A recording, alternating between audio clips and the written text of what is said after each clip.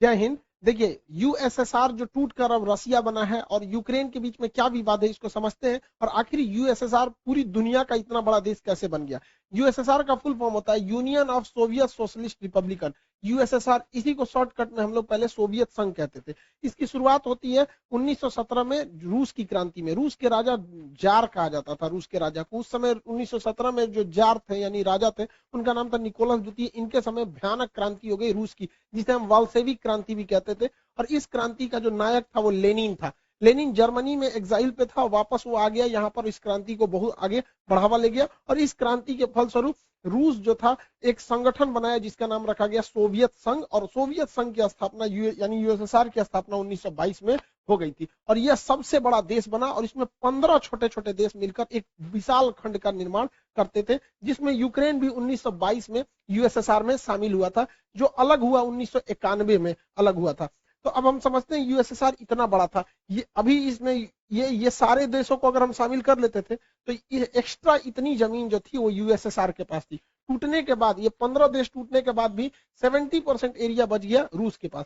USSR ज्यादा समय तक नहीं चल पाया था और रूस 15 देशों में टूट गया। Kazakhstan, Kyrgyzstan, Tajikistan, Turkmenistan, Uzbekistan, Georgia, Armenia, Azerbaijan, Estonia, Latvia, Lithuania, Ukraine, Moldova, Belarus और रूस। 15 देश टूट गया, 15 हो गया, आप गिनते रहिएगा। यहीं से टूटा यूक्रेन। 15 देशों में एक यूक्रेन भी था जो इसमें से अलग हो गया था। 1991 से 2014 तक यूक्रेन में सब कुछ ठीक चल रहा था। जब 1991 में यूक्रेन अलग हुआ था और वहां से लेके 2014 तक में सब ठीक ठाक चल रहा था। 14 में क्या हुआ, यहाँ के एक जो राष्ट्रपति थे उनका नाम था पेट्रो यानुकोविच। ये जो थे ये रूस के समर्थक थे।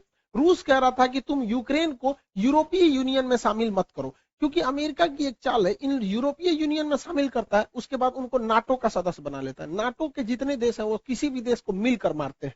अब उसमें सारे खतरनाक खतरनाक देश है, जैसे उसमें इंडिया, चाइना, जापान, पाकिस्तान इस साइड वाले नहीं है, ज्यादातर यूरोप और अमेरिका वाले। उसमें फ्रांस भी आ जाता है, ब्रिटेन भी आ जाता है, अमेरिका, इटली, ये सब आ जाते हैं। तो यूरोपीय यूनियन में रूस ने मना किया यूक्रेन को जाने के लिए। हालांकि पेट्रो जो थे रूस के समर्थक थे, लेकिन जनता चाहती थी वो यूरोपीय यूनियन में जाए। ये लास्ट मोमेंट पर पेट्रो ने अपना डिसीजन बदला, जिस वजह से यूरोपीय यूनियन में शामिल कराने वाली जनता जो थी वो यूक्रेन के राष्ट्रपति का विरोध कर दी, जिस वजह से ये 2014 में भाग के यूक्रेन में चले गए, रूस में चले गए। और यहाँ एक सरकार आई जो इसे यूरोपीय यूनियन में शामिल कराने के लिए हामी भर दी, जिससे रूस नाराज होकर यूक्रेन का निचला भाग क्रीमिया अपने हमला करके ले लिया। इससे फायदा क्या हुआ रूस को कि ये एजोव सागर पर कंप्लीट कब्जा हो गया रूस का, अपनी नौसेना से कब्जा कर लिया क्रीमिया का। क्रीमिया पर कब्जा जब हुआ 2014 में तो पूरी दुनिया देखते रह गई, किसी ने कुछ भी नहीं किया रूस के खिलाफ, और इस क्रीमिया द्वीप पर कब्जा हो गया। और नीचे जो काला सागर है, क्रीमिया के नीचे जो सागर है काला सागर, यहाँ पर इजिली रूस का वर्चस्व स्थापित हो गया। उस समय भी पश्चिमी देश रूस पर प्रतिबंध लगा रहे थे, और दुनिया के जो 8 शक्तिशाली अर्थव्यवस्था वाले देश है जिन्हें G8 कहा जाता है, नक्शा से देखेंगे तो आराम से याद हो जाएगा। बीच में 4 देश याद रखिएगा, ब्रिटेन, फ्रांस, जर्मनी, इटली, ये याद रहेंगे। Britain, France, Germany, Italy. Europe में यही 4 फेमस देश है, ब्रिटेन, फ्रांस, जर्मनी, इटली। 2 ऐसे हो, 4 ऐसे हो गया, 2 इधर से रूस, जापान, और 2 इधर से कनाडा और अमेरिका। कनाडा, अमेरिका, रूस, जापान, और बीच में जर्मनी, यहाँ पे इटली, ब्रिटेन, फ्रांस। ये 8 देश थे G8। इसमें से 2014 में रूस को बाहर निकाल दिया सब, तो G8 जो था वो बच गया G7। तो G8 अब नहीं रहा, क्रीमिया की वजह से ही, यूक्रेन की वजह से ही ये मामला अभी आपको समझ में आ रहा होगा कि ऐसा विवाद हो रहा है। ये चलते आ रहा है, 2014 से ही चलते आ रहा है। तो वो हो गया G7 हो गया, जिसमें से रूस को बाहर निकाल दिया। उसके बाद 2015 में मिन्स्क एग्रीमेंट साइन किया गया। इस एग्रीमेंट में यूक्रेन ने कहा कि भैया हम लोग अब लड़ाई झगड़ा नहीं करेंगे। यूक्रेन भी ध्यान रखेगा कि यूरोप तथा अमेरिका का प्रभाव यूरोप में बढ़ने न दे। लेकिन सब गड़बड़ कब हो गया, जब यूक्रेन ने 2017 में कहा कि वो नाटो ज्वाइन करना चाहता है। नाटो का फुल फॉर्म होता है नॉर्थ अटलांटिक ट्रीटी ऑर्गेनाइजेशन। इसका स्थापना 1949 में हुआ था। वर्तमान में इसमें 30 देश आ गए हैं, और ये 30 शक्तिशाली, कनाडा है, America, Britain, France, Italy, Germany, ये जितने खतरनाक देश है सब है। और ये मेनली रूस को काउंटर करने के लिए। और इस नाटो का आर्टिकल संख्या 5 कहता है कि नाटो के 30 देश किसी को मारे कोई दिक्कत नहीं है, लेकिन इन 30 में से किसी एक को अगर कोई दूसरा देश मारेगा तो 30 मिलके मारेंगे। अब बताइए, यूक्रेन अगर नाटो का सदस्य बन जाएगा तो नाटो के नियम के अनुसार जो भी नाटो का सदस्य है वहां किसी भी देश की सेना आपस में वहां जा सकती है। तो यूक्रेन जिस दिन नाटो का सदस्य बनेगा, अमेरिका की सेना यूक्रेन में भी आ सकती है। अब बताइए कोई देश कैसे बर्दाश्त कर सकता है कि उसका पड़ोसी देश जो उसी से टूटा हुआ है और उसके सीधाने ले आके दुश्मन को बैठा है, और एक दूगो ने पूरा ग्रुप के दुश्मनों को बैठा है। अब अमेरिका यहाँ आएगा, अमेरिका एक को गोली चलाया और रूस भी चलाएगा तो हो गया नाटो के आर्टिकल 5 का उल्लंघन, अब पूरे 300 मिलकर मारेंगे। तो अमेरिका यहाँ आके बैठ जाएगा और कमजोर स्थिति का जब फायदा उठा के उस पर हमला कर देगा और पूरा सेना का जमावड़ा लगा देगा। यही है मेन विवाद का जड़। इसमें यूक्रेन कुछ भी नहीं है, सारा विवाद फैलाया है अमेरिका और नाटो ने। बेचारा भुगत रहा है यूक्रेन। यूक्रेन को भी समझना चाहिए कि आप तब तक ही पैर फैलाइए जब तक दूसरे को तकलीफ नहीं हो। कोई भी देश अपनी राष्ट्रीय सुरक्षा को ध्यान में रखता है, ये जरूरी है। अब देखिए नाटो में इतने देश हैं, ये जितने रेड कलर के हैं सब नाटो के देश। अब आप ही बताइए, यहाँ पर रूस है, रूस के सिधाने इतने दुश्मन देश है। रूस अगर इनमें से किसी एक को मारेगा ना तो ये सब मिलके मारेंगे। तो रूस को तो पूरी तरह से बर्बाद करने का प्लान है नाटो वालों का। यूक्रेन को सबक सिखाने के लिए रूस ने क्या किया, एक तो 2014 में क्रीमिया को हड़प लिया। क्रीमिया पे हड़पने के कारण ये एजोव सागर पूरी तरह से रूस के कब्जा में आ गया। इसके बाद यहाँ डोनेट्स्क तथा लुहांस्क, ये दो शहरों को, दो जगहों को विद्रोहियों को खड़ा किया और अपने सैनिकों को यहाँ भेज दिया। और वो सैनिक जो थे वो सादी वर्दी में थे और विद्रोह कर दिए और कहें, और रूस ने इसको मान्यता दे दिया कि ये अलग देश है और इन अलग देश है, और यहाँ अपनी पूरी तरह सेना उतार दिया। इसमें पूरी तरह रूस की सेना आ गई। यहाँ रूस की सेना पहले से थी। रूस बहुत ही सावधानी से चल रहा था। ये ऊपर का देश है बेलारूस, यहाँ रूस अपनी पूरी सेना भरे हुए है ताकि इधर से हमला करना होगा तो कर ही देगा। ये रूस है, इधर से हमला आराम से कर देगा। और यहाँ से तो रूस घुस ही चुका है, क्रीमिया में पहले से कब्जा किया था। ये नौसेना लगा के यहाँ से चल जाएगा, चौतरफा हमला कर देगा यूक्रेन के ऊपर रूस। यूक्रेन को ये समझना चाहिए, आने वाले खतरों को भापना चाहिए। दूसरे के दम पर आप किसी ऐसे आदमी से आप खतरा नहीं मोल सकते हैं। अब ये लोग क्या कर सकते हैं, तो ये अमेरिका कह रहा है कि प्रतिबंध लगाएंगे, नाटो का धमकी दे रहा है इसको। भैया नाटो का अगर सदस्य बन जाएगा यूक्रेन तब तो बवाल हो जाएगा वहां पर। यहाँ दो एरिया जो है उस पर रूस ने स्वतंत्र देश घोषित कर दिया, लुहांस और डोनेट्स्क। इसे डोनबास रीजन भी कहा जाता है। अब इस पे इजिली रूस क्या करेगा, यहां से हमला कर देगा। अब आप कहेंगे यूएनओ ने क्यों कुछ नहीं किया, तो यूएनओ को अमेरिका ने खुद एक ऐसा कठपुतली बनाया है कि अमेरिका यूएनओ का यूज करके किसी भी देश पर हमला कर सकता है। आज उसी का फायदा रूस उठा लिया। कैसे उठाया समझिए ध्यान से। यूएनओ का एक नियम है, आर्टिकल नंबर 7। आर्टिकल 7 कहता है कि कोई देश किसी दूसरे देश पर हमला नहीं कर सकता है, लेकिन अगर कोई देश से कोई छोटा सा राज्य टूटकर अलग होना चाहता है तो उसे स्वतंत्रता है, और अगर वह देश उस पर अत्याचार कर रहा है तो पड़ोसी उस पर मदद के लिए जा सकता है। नहीं समझे, अब समझिए कैसे होता है। ये रूस ने इन दो देशों को मान्यता दे दिया कि ये अलग देश है, अलग देश है। और आर्टिकल 7 यूएनओ का कहता है कि किसी भी देश की मदद के लिए दूसरा देश आ सकता है। तो यहाँ पर स्वतंत्र देश की मान्यता दे दिया, यहाँ किसी को प्रधानमंत्री राष्ट्रपति बैठा दिया और उसने लेटर लिख दिया किसको, रूस के राष्ट्रपति को, कि हमें सैन्य मदद दीजिए, और इसके सैन्य मदद के आधार पर इस पर हमला कर दिया यहाँ पर। और कह रहा है ये स्पेशल मिलिट्री ऑपरेशन है। युद्ध है नहीं, ये स्पेशल मिलिट्री ऑपरेशन है। यही तो किए थे अमेरिका ने अफगानिस्तान में, यही तो अमेरिका ने किया था इराक में, यही तो अमेरिका ने माली में किया, यही अमेरिका ने सीरिया में किया, यही अमेरिका ने लीबिया में किया, यही अमेरिका मिस्र में किया था, यही अमेरिका वियतनाम में किया था, यही अमेरिका कोरिया में किया था। तो जब अमेरिका करेगा तो गलत नहीं है, रूस कर दिया तो गलत है। यहाँ पर आर्टिकल 17 यूएनओ में कोई भी चीज बर्बाद, यूएनओ क्या कर पाएगा। एंटोनियो गुटेरेस फिलिस्तीन पिटाता है, क्या कर लेते हैं, कुछ नहीं। कश्मीर का मुद्दा आज तक अटका हुआ है, क्या कर लिया इन लोगों ने। तालिबानी जब अफगानिस्तान में आतंक मचा रहे थे, क्या कर लिया इन लोगों ने। ये कुछ भी नहीं है, यूएनओ मतलब कुछ नहीं, तमाशा है। अमेरिकी खुफिया एजेंसी सीआईए कह रही थी कि 16 फरवरी को सुबह 5 बजे रूस यूक्रेन पर हमला कर देगा। अरे बैल है ये रूस, जब तो बता के हमला करेगा। उस दिन हमला करना भी रहता तो नहीं करता, पहले से पता। तो रूस ने क्या किया, उस दिन पीछे हट गया। पीछे भाई समुद्र की लहरें अगर पीछे हटती हैं तो सुनामी की पहचान होती है। गधों को लगता है कि पीछे जा रहा है वहां पे।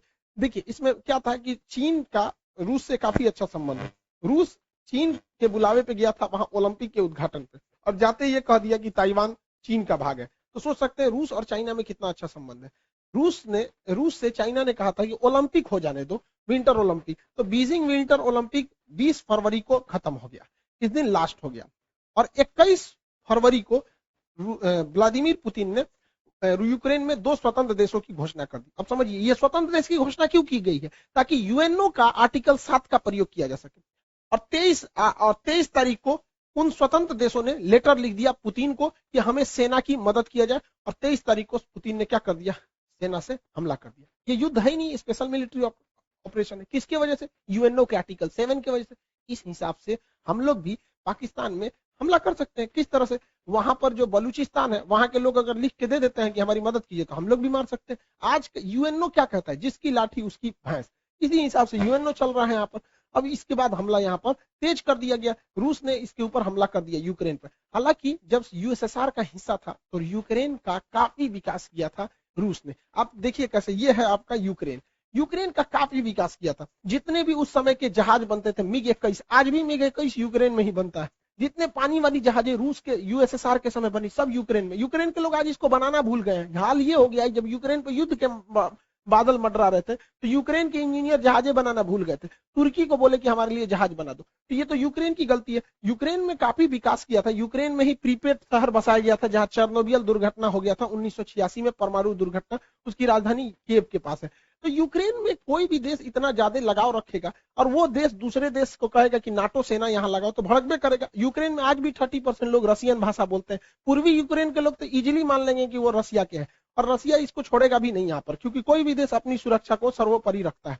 यूक्रेन जो है आज भी जो सेना के हथियार बनते थे, टैंक वगैरह, वो रूस यूक्रेन में बनाता था क्योंकि वो चाहता था कि 15 देश खुल के रखे। आज भी पाकिस्तान के टैंक जो है वो यूक्रेन के ही बने हुए हैं। यूक्रेन जब 1991 में यूक्रेन और 15 देश टूटे थे यूएसएसआर से, तो यूक्रेन के पास लगभग 200 परमाणु बम थे। 1996 में एनपीटी के समझौते के तहत यूक्रेन ने अपना 200 परमाणु बम वापस दे दिया। किसको? रूस को दे दिया। अगर ये परमाणु बम नहीं दिया रहता ना तो ये मामला कुछ और रहता। समझ गए? तो ये परमाणु बम कितने शक्तिशाली है, कोई भी परमाणु संपन्न देश पर हमला नहीं करता है। सारा मामला 2014 से गड़बड़ाया था जब नाटो और यूरोपीय यूनियन ने एंट्री किया था। देखिए, रूस की अर्थव्यवस्था का मेन सोर्स जो है वो गैस और पेट्रोलियम है। वो गैस की सप्लाई करता है। अब गैस सप्लाई पाइपलाइन से होती है, छोटे छोटे सिलेंडरों में नहीं होती है, और वो पाइपलाइन यूक्रेन के होते हुए यूरोप में जाती है। इससे अब क्या है कि देखिए, ये यूक्रेन का नक्शा, इसमें इतनी सारे पाइपलाइन जा रही हैं। अब यूक्रेन ने 2014 में नाटो के दबाव में आके कहा कि तुम अगर इधर से पाइपलाइन ले जाओगे तो हमको सालाना $33 बिलियन पैसा दो। तो रूस ने कहा ठीक है दे देंगे। तो ससुरा $33 बिलियन तुम पैसों वो लोगे और नाटो में शामिल भी हो जाओगे, यूरोपीय यूनियन में शामिल भी हो जाओगे और रूस से संबंधों नहीं रखोगे। तो हमारे यहाँ कहावत कहा जाता है ना, पानी में उतर के मगरमच्छ से बैर कीजिएगा तो मर के आइएगा। इसी बीच मेरा चचवा पहुंच गया रूस में। अब बताइए, बेशर्मी की हद होती है कि रूस युद्ध के मुहाने पे खड़ा है और ये जाके 10,000 करोड़ रुपया कर्जा मांग रहा था कि हमारे यहाँ पाइपलाइन बिछाना है, बिछा दीजिए। रूस भगा दिया इसको। जैसे ये कहा कि हमको 10,000 करोड़ रुपया मदद चाहिए, उसी समय रूस ने यूक्रेन पे हमला कर दिया। अब बताइए, कोई गधा भी मतलब इतना बड़ा ये प्रधानमंत्री होके गलती किया जितना हमारा कोई विद्यार्थी गलती नहीं करेगा। रूस, देखिए, इसका सबसे ज्यादा जो व्यापार होता है पाकिस्तान का, वो यूरोपीय यूनियन से होता है या अमेरिका से होता है, इन देशों से होता है। इसे आर्थिक मदद में IMF देती है, वर्ल्ड बैंक देती है, जापान देता है, जो सब अमेरिका के फेवर में है। फिर भी ये अमेरिका के खिलाफ केवल जा रहा है मीटिंग करने के लिए। किस लिए? क्योंकि जो बाइडेन ने जब से शपथ लिया इसको फोन नहीं किया है, तो उनको जलाने के लिए गया था। अरे गधा कहीं का, ये सास बहू का झगड़ा हो रहा है क्या कि तुम जलाने के लिए गए थे? 10,000 करोड़ गए थे मांगने, अमेरिका ने इनके ऊपर पेनाल्टी ठोक दिया, $4 अरब का पेनाल्टी ठोक दिया इनके ऊपर। बहुत अच्छा हुआ, एक वो हाथ मिलाने गए थे, हो गया, यहाँ पर कांड हो गया। और दूसरा FATF में अब ये ग्रे लिस्ट से चल जाएंगे ब्लैक लिस्ट में। जिस दिन ब्लैक लिस्ट में चल जाएंगे ना, बर्बाद हो जाएंगे, यहाँ पर पूरी तरह से चौपट हो जाएंगे। वहां पे आज भी पाकिस्तान में 12,000 रुपए का गैस सिलेंडर पड़ रहा है। अब 12,000 रुपए में गैस सिलेंडर पड़ रहा है, जिस दिन ये FATF के ब्लैक लिस्ट में जाएंगे ना, उस दिन ये 20,000 चल जाएगा। IMF पे अमेरिका का दबाव है, वर्ल्ड बैंक पे अमेरिका का दबाव है। अमेरिका घुसिया गया है ये मीटिंग देखकर कि चोट्टा तुमको इसी बीच में जाना था। यहाँ पर कौन गधा है रे तुम्हारे यहाँ सुरक्षा सलाहकार? ओकरा कोनो बुद्धि नहीं है क्या? इतना बेवकूफी तो कोई नहीं करेगा। इसने क्या किया है? सांड को लाल कपड़ा दिखाया।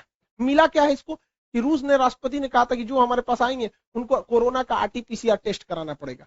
दुनिया का सबसे महंगा टेस्ट इन्हीं का हुआ है। गए हैं, RT-PCR टेस्ट कराए हैं, हाथ मिलाए हैं, मिला कुछ नहीं है, उल्टे 4 अरब रुपया का इनके ऊपर पेनाल्टी ठोक दिया। यानी RT-PCR का रेट इनका 4 अरब डॉलर बन गया। अरे यार, तुम्हारे देश की जनता सुन रही, तुम्हारे यहाँ कोई बढ़िया बताने वाला नहीं है क्या? टीचर उचर नहीं है तुम्हारे यहाँ? तो इसको 2-4 हाथ देने लायक है। चचवा बिगड़ गया है मेरा। अमेरिका ने भारत पर दबाव बनाया कि यूएनओ में आप हमारा सपोर्ट कीजिए, क्योंकि भारत 2 साल के लिए यूएनओ के अस्थायी सदस्य है यहाँ पर। अब इसमें भारत ने वोट ही नहीं दिया, कहा कि ना हम रूस की ओर से ना यूक्रेन की ओर से। तो रूस ने कहा थैंक यू भैया, तुमने नहीं दिया, बहुत अच्छा हुआ। चाइना ने भी कहा हम भी वोट नहीं देंगे, यूएई ने कहा हम भी नहीं देंगे, अमेरिका कह रहा है ये तुम काहे लिए ऐसा बोल रहा है। अब यूएई ऐसे अरब देश ज्यादातर अमेरिका के फेवर में होते हैं, फिर भी यूएनओ में अरब देश ने इनका साथ नहीं दिया। तो ये सोचने वाली बात है कि आखिर ऐसा क्यों हुआ। तो समझिए इसके पीछे का मेन रीजन क्या है। देखिए सऊदी अरब, यूएई जो है यहाँ पर स्थित है। यूएई के नीचे यमन है, यमन में हैती विद्रोही हैं सब, और इन विद्रोहियों को ईरान का साथ प्राप्त है, ईरान का साथ प्राप्त है। अगर यूएई रूस के खिलाफ जाएगा तो रूस की दोस्ती है ईरान से, वो ईरान को फोन करेगा, ईरान हैती विद्रोहियों को फोन करेगा, हैती विद्रोही यूएई को बजा देगा सब पकड़ के। तो एक रीजन ये है। दूसरा रीजन ये है कि ईरान के पास भी पेट्रोलियम है, रूस के पास भी पेट्रोलियम है, और यूएई के पास भी पेट्रोलियम है। तो इन्हें दोस्तों को साथ में रख के पेट्रोलियम के लेवल को, मतलब प्राइस को कंट्रोल करने में भी मदद मिलेगी। अमेरिका इजराइल पर भी दबाव बना रहा है कि इजराइल यहां पर सीरिया में बम्बार्डमेंट कर दे ताकि रूस का ध्यान भटक जाए, लेकिन इजराइल ऐसा करने से मना कर दिया। क्यों? क्योंकि सीरिया में S-400 मिसाइल सिस्टम तैनात है, और यहां से अगर इजराइल को आगे बढ़ना होता है तो रूस से परमिशन लेना होता है, और अगर रूस से दुश्मनी लेगा इजराइल अमेरिका के चक्कर में आके, तो रूस इनका भी उपाय कर देगा। सीरिया के बगल में है लेबनान, लेबनान में हिजबुल्ला नामक आतंकवादी संगठन है, हिजबुल्ला नामक आतंकवादी संगठन है। अब इजराइल की दुश्मनी है ईरान से, रूस कहेगा ईरान को कि तुम अपना सारा आतंकवादियों का हथियार सीरिया में भेजो। अब सीरिया से वो जाएगा लेबनान में, और लेबनान में उस हथियार को लेगा हिजबुल्ला, और वो मारेगा इजराइल को। तो इजराइल ने कहा कि देख भैया, रूस जो है ना सबका उपाय रखा है, इस मिडिल ईस्ट में कोई चूचाई करता है ना तो रूस सीधे किसको करता है, ईरान को करता है, और ईरान सबको कंट्रोल करके रखता है। हालांकि यूक्रेन के जो प्रेसिडेंट है जेलेंस्की, वो भी ज्यूज यानी यहूदी हैं, और इजराइल भी यहूदी है। अब यहूद ये उसका मदद नहीं कर रहा, क्योंकि भैया देश सर्वोपरि होता है, अपने देश को काहे लिए हम रिस्क में डालेंगे, हर देश यहाँ पे। अब ये यूक्रेन का बड़बोलापन था जो ईयू तक तो सीमित था, लेकिन नाटो में गए, अब लड़िए यहाँ पर। अब यूक्रेन को तो छोड़ेगा नहीं रूस, जो फाइनल है। अब वहां के लोगों को सफर करना पड़ता है, वहां के लोग काफी बहादुरी से लड़ रहे हैं। हम उनके लोगों की भावनाओं, इज्जत करते हैं उनकी भावनाओं का, उनके सैनिकों को सैल्यूट करते हैं जो इतनी बहादुरी से लड़े वहां पर, आखिरी सांस तक उनके सैनिक लड़े। वहां पे जो आम नागरिक है वो भी अपने देश के लिए लड़ रहा है ये, और जो बेचारे बूढ़े हैं, बच्चे हैं, वो मेट्रो में या कहीं शेल्टर होम में जाके रह रहे हैं। लेकिन देश के नागरिकों को भी सोचना चाहिए, किसी देश को इतना टॉर्चर मत करो। रूस को अपनी सुरक्षा चिंताओं को ध्यान में रखना पड़ेगा। हमको बड़ा कड़ा शब्द में बोलना पड़ता है, लेकिन ये बात जरूर है कि अगर यूक्रेन आज आंसू नहीं बहाएगा तो कल यूक्रेन की वजह से रूस को खून के आंसू बहाने पड़ेंगे, क्योंकि नाटो धीरे धीरे पैर पसार रहा है। 15 देशों को तोड़ दिया नाटो ने, और उसके बाद उन 15 देशों में से सारे देशों को अपने में मिलाते आ रहा है। नाटो की जरूरत क्या है, आप 15-30 देश मिलके किसी को मारेंगे यहाँ पर। तो यूक्रेन के लोगों को इसका खामियाजा भुगतना पड़ेगा। लेकिन क्या होता है कि देश, हर इंसान को अपना देश प्यारा होता है। देश तो बहुत बड़ी चीज होती है। इंसान जिस कमरे में सोता है, बेड के जिस कोने पे सोता है, इंसान को वही कोना पसंद आता है। आप भी अपने कमरे में बेड पे किसी खास कोना पे सोते होंगे, आपको वही नींद आएगा। हर इंसान की मेंटेलिटी होती है। लेकिन ये सोचना चाहिए कि हमारी देश की नीतियां कहाँ सही जा रही है। कई बार हमें कड़वे घोंट पीने पड़ते हैं, तो ये चीजें होती है। कई बार देश को ऐसा लगता है कि नहीं अभी हमला कर देना चाहिए, लेकिन उसको सोच समझ के करना चाहिए। हमारे ऊपर भी हमले हुए थे 26/11 जब ताज होटल पे हमला हुआ था, हम लोग भी चाहते तो पाकिस्तान पे हमला कर देते। पुलवामा हुआ था, संसद पर हमला हुआ था, कारगिल पर हुआ था, हम लोग भी चाहते तो इस्लामाबाद पे घुस जाते। लेकिन उस वजह से हमारी देश की अर्थव्यवस्था नहीं बढ़ी।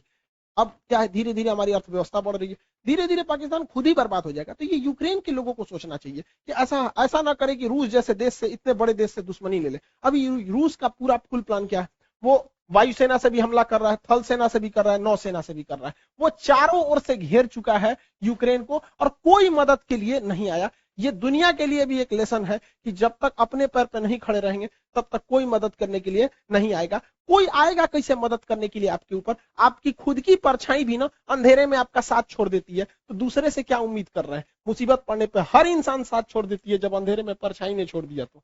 व्लादिमीर पुतिन का सीधा सा डिमांड है कि रूस, ये यूक्रेन और नाटो लिखित दे कि वो कभी भी यूक्रेन को नाटो में शामिल नहीं करेंगे। रूस का दूसरा डिमांड है कि जो एस्टोनिया, लातविया, लिथुआनिया, जो एकदम इसकी राजधानी के पास नाटो सेना आके बैठी हुई है, इन्हें वापस विड्रॉल करे। अमेरिका ने यूरोप में जो परमाणु बम रखे हैं, इसे वापस ले जाए। ये व्लादिमीर पुतिन का है। हालांकि पुतिन का आंतरिक विरोध भी हो रहा है देश में, लेकिन इसे दबाने के लिए पुतिन काफी बेहतरीन ढंग से वेल ट्रेंड है। पुतिन का पूरा प्लान क्या है, वो यूक्रेन को इस एरिया से काट देंगे। इस एरिया से काट दिए, वो ऑलरेडी काट चुके हैं, इसमें तो कुछ सोचना ही नहीं। क्रीमिया में वही काट चुके हैं। अब ये है एक देश है जिसका नाम है मोल्डोवा। व्लादिमीर पुतिन क्या किए, बहुत पहले से प्लानिंग के तहत मोल्डोवा के इस क्षेत्र को विद्रोहियों द्वारा आजाद करा दिए हैं। इधर विद्रोही क्षेत्र है, ट्रांसनिस्ट्रिया नामक इस देश को बना दिए हैं यहाँ पर। अब उनका फुल प्लान है कि यहां से यहां ये एरिया को काट देंगे यूक्रेन का, जिससे यूक्रेन धीरे धीरे एक लैंड लॉक कंट्री हो जाएगा और ये पूरी तरह से लैंड लॉक हो जाएगा, नीचे से कोई मतलब ही नहीं बनेगा यहाँ पे, ताकि इसकी नौसेना इधर, अक्सर नाटो की नौसेना इधर आ जाती थी। अब इनको खामियाजा भुगतना पड़ेगा। क्यू में उसकी सेना घुस चुकी है, रूस की सेना चारों ओर से घुस चुकी है। अब ये वेट एंड वॉच करेंगे लोग, जल्दी से जल्दी जोनेस्की जो है वहां पे वो सरेंडर कर दे। और रूस की सेना बहुत शक्तिशाली है, कई देश मदद के लिए आए हैं, लेकिन इससे बहुत कुछ नहीं हो पाएगा। लेकिन रूस के लिए भी है, जितने देर होगा युद्ध में उतने रूस के लिए समस्याएं बढ़ेंगी, उसके ऊपर सैंक्शन जो है वो और ज्यादा लगते जाएंगे। भारत पे भी इसका असर पड़ेगा, जो गैस है उसके रेट बढ़ेंगे, पेट्रोलियम फिर 110 105 के पास चला जाएगा, क्योंकि वो ऑलरेडी बढ़ने वाले हैं। जो सनफ्लावर जिससे रिफाइंड तेल वगैरह बनाए जाते थे वो 80% आता था यूक्रेन से, यूक्रेन युद्ध में फंस चुका है, अब वो नहीं आएंगे। फिर से सरसों का तेल 200 से 250 रुपए लीटर के राउंड द फिगर जाने वाला है। दवाइयां यूक्रेन के लोगों को महंगा पड़ेगा, क्योंकि भारत उन लोगों को दवाइयां बेचता था। गेहूं के लिए एक चीज का प्रॉफिट यही है कि यूक्रेन और रूस दोनों गेहूं के बहुत बड़े उत्पादक है।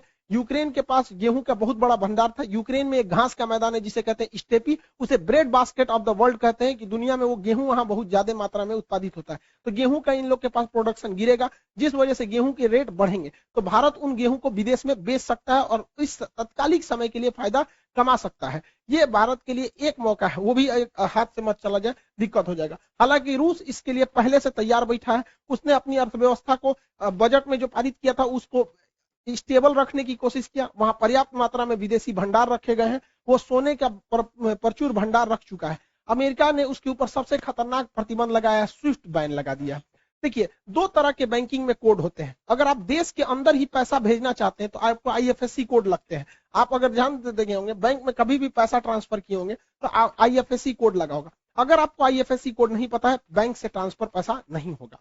लेकिन ये आईएफएससी कोड किसी देश के अंदर ही होता है। हमें बिहार, यूपी, मध्य प्रदेश, तमिलनाडु कहीं भेजना है, लेकिन अगर हमें यहां से पैसा अमेरिका भेजना है तो उस समय आईएफएससी कोड काम नहीं करेगा, उस समय स्विफ्ट कोड काम करेगा। जितने लोग ऑनलाइन ट्रेडिंग करते होंगे, विदेश से सामान बेचते होंगे, आता होगा, उन लोग को पैसे के लिए आईएफएससी कोड नहीं बल्कि स्विफ्ट कोड की जरूरत पड़ती होगी। अमेरिका ने यूरोपीय देशों के दबाव में आकर रूस को क्या किया, स्विफ्ट कोड से हटा दिया। अब रूस का स्विफ्ट कोड ही काम नहीं कर रहा है। रूस में इंटरनल व्यापार तो होगा, लेकिन बाहरी व्यापार पर बैन लग जाएगा। हालांकि रूस चाहे तो रूबल में इसका व्यापार कर सकता है इजीली, रूस की अर्थव्यवस्था पर इसका प्रभाव पड़ेगा, लेकिन इसके लिए भी अमेरिका ही जिम्मेदार है। उसने रूस को इतना ना प्रतिबंधों से झोंक दिया था, इतना झोंक दिया था कि रूस अब एकदम उब गया था। कहा जाता है किसी को इतना न डराओ कि उसके दिल से डर खत्म हो जाए। भारत के लिए समस्या है कि हमें बैलेंस लेके चलना है, ना हमें अमेरिका की ओर झुकना है, ना हमें रूस की ओर झुकना है। हमें दोनों से जरूरत है और दोनों से सावधान रहने की जरूरत है। हालांकि क्वाड ग्रुप में भारत ने अमेरिका का साथ नहीं दिया, एक न्यूट्रल स्टैंड को अपनाया है।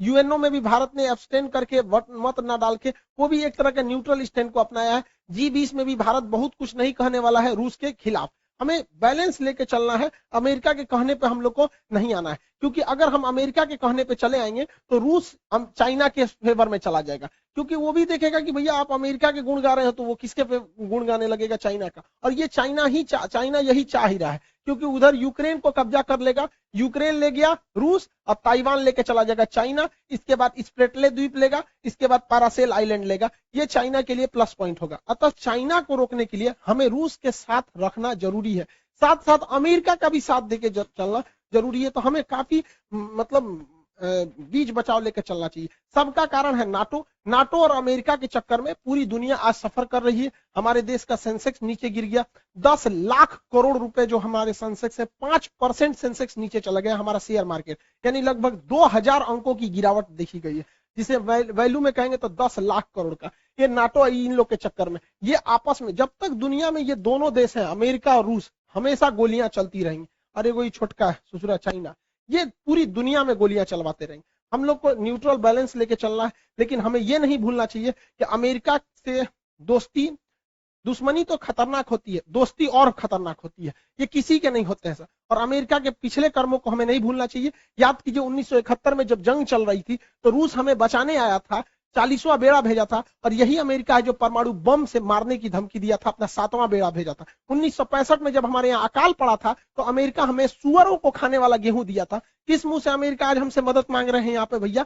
जब 370 लगा था तो इसमें 7 रूस ने हमारा दिया था। यूएनओ में कश्मीर में जब जब मुद्दा आया था तो यूएनओ कहता था कि वहां के लोगों से पूछिए क्या होगा, तो रूस वहीं पे रोक लगाता था। हम कैसे भूल सकते हैं रूस को? रूस ही हमें सबसे ज्यादा हथियार दिया। आज भी भारत में 80% हथियार रूस से ही आ जाते हैं, हम इसको नहीं भुला सकते हैं। 1998 में जब भारत ने अपना परमाणु बम परीक्षण किया था, पूरी दुनिया खिलाफ हो गई थी, रूस साथ खड़ा था। आपको याद है कि नहीं इन दोनों की जोड़ियां? इन लोगों ने परमाणु परीक्षण किया था, उसके बाद कोई हमें आंख उठाकर नहीं देख सकता था। तो उस समय भी रूस की बात हम लोग को याद रहना चाहिए। 1999 में जब कारगिल की लड़ाई हुई थी तो अमेरिका ने अटल बिहारी वाजपेयी से कहा था कि हम परमाणु बम मार देंगे भारत के ऊपर। तो अटल बिहारी वाजपेयी ने कहा था कि हम आधा हिंदुस्तान खोने के लिए तैयार हैं, लेकिन हम वचन देते हैं कि सुबह का सूरज पाकिस्तान नहीं देख पाएगा। तो पाकिस्तान अमेरिका अपना परमाणु बम लेके भागा था। याद कीजिए अभिनंदन की जी का फाइटर पायलट जो थे, इनके ऊपर जहाज से जो स्ट्राइक किया गया था, वो जहाज भी पाकिस्तान को अमेरिका ने दिया था, F-16 जहाज।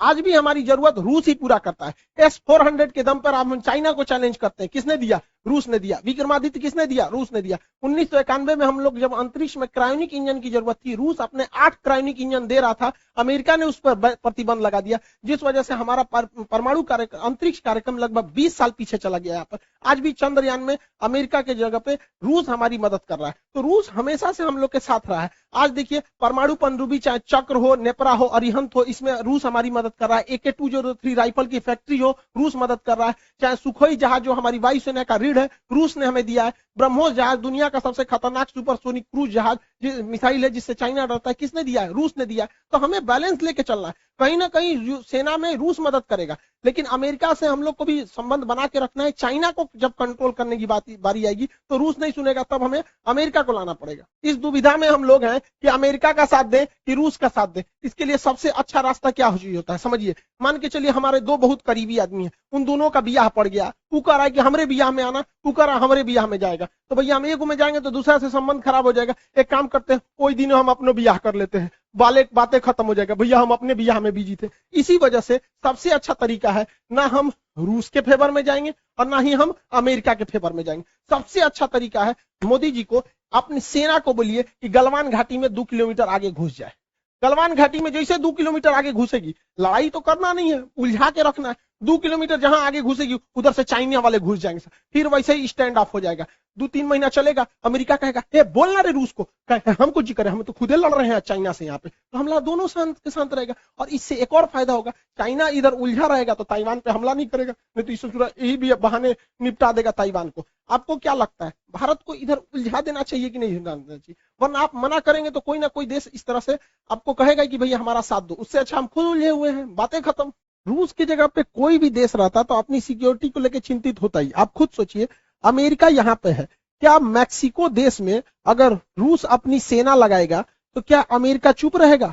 नहीं चुप रहेगा ना। कोई भी देश देखेगा कि आप यहाँ सेना लगा क्यों रहे। तो आप ही बताइए, अमेरिका अपनी नाटो सेना अगर यूक्रेन में लाएगा तो रूस के बॉर्डर से सटा देगा, तो रूस कैसे चुप रह सकता है? अपने देश पर बीतता है तो सबको खराब लगता है। आप ही बताइए, भारत है यहाँ पे, भारत के नीचे यहाँ श्रीलंका है, अगर पाकिस्तान अपनी फौज श्रीलंका में लगा देगा और श्रीलंका उसको परमिशन देगा तो भारत धोएगा कि नहीं धोएगा उसको? हम लोग को कैसे खराब लगता है जैसे चाइना अपना स्ट्रिंग ऑफ पल्स लाता है यहाँ पे। तो हर देश को अपना सुरक्षा चिंता को ध्यान में रखना पड़ता है।